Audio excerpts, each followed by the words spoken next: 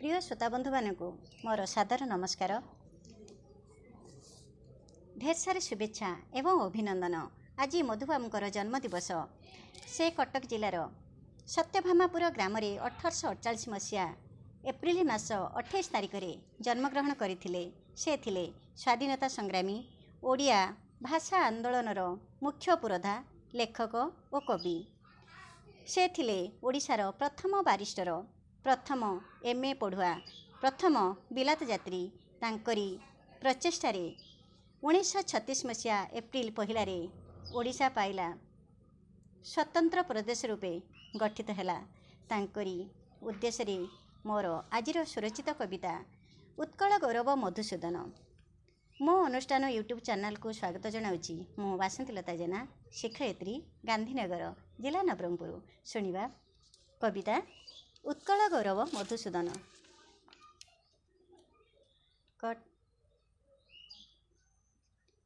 कटक सहरे सत्यभामापुरे मधुबाबू जन्मस्थान। अप्रेल 28 शुभ दिन रे जन्मिले कुलनंदन। जनक चौधुरी, रघुनाथ दास, माताजी पार्वती देवी, गोविंद बल्लभ पिलादिन नाम संस्कारर प्रतिछवि।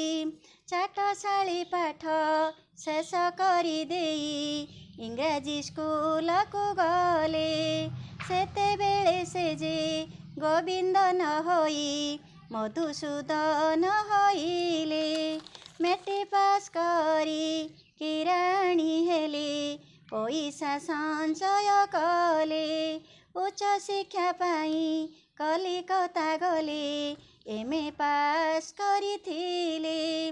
अध्यापक थिले, मंत्री होइथिले, मनरे नथिला शांति। विखंडित राज्य ओडिशा प्रदेश, एकत्र हेब केमिति। केते अंश जे बंग प्रदेश रे, केते अंश बिहार रे, केते अंश थिला मांद्राज प्रदेश, केते अंश मध्य प्रदेश रे। ओडिया माने तो ओडिया न कही, हिंदी बंगला कहिले। तेलुगु भाषा रे कथबार्ता हेले, ओडिया को भूली गले। उत्कल सम्मेलनी गठन कले, एकत्र ओडिया कले। बहु कष्ट सही ओडिशा प्रदेश, स्वतंत्रता आनी देले। मधुबाबू थिले प्रथम ओडिया, इंग्राजी पढ़ुआ एमए। मधु बारिस्टर नामे परिचित, स्वच्छता तांकरी कामी।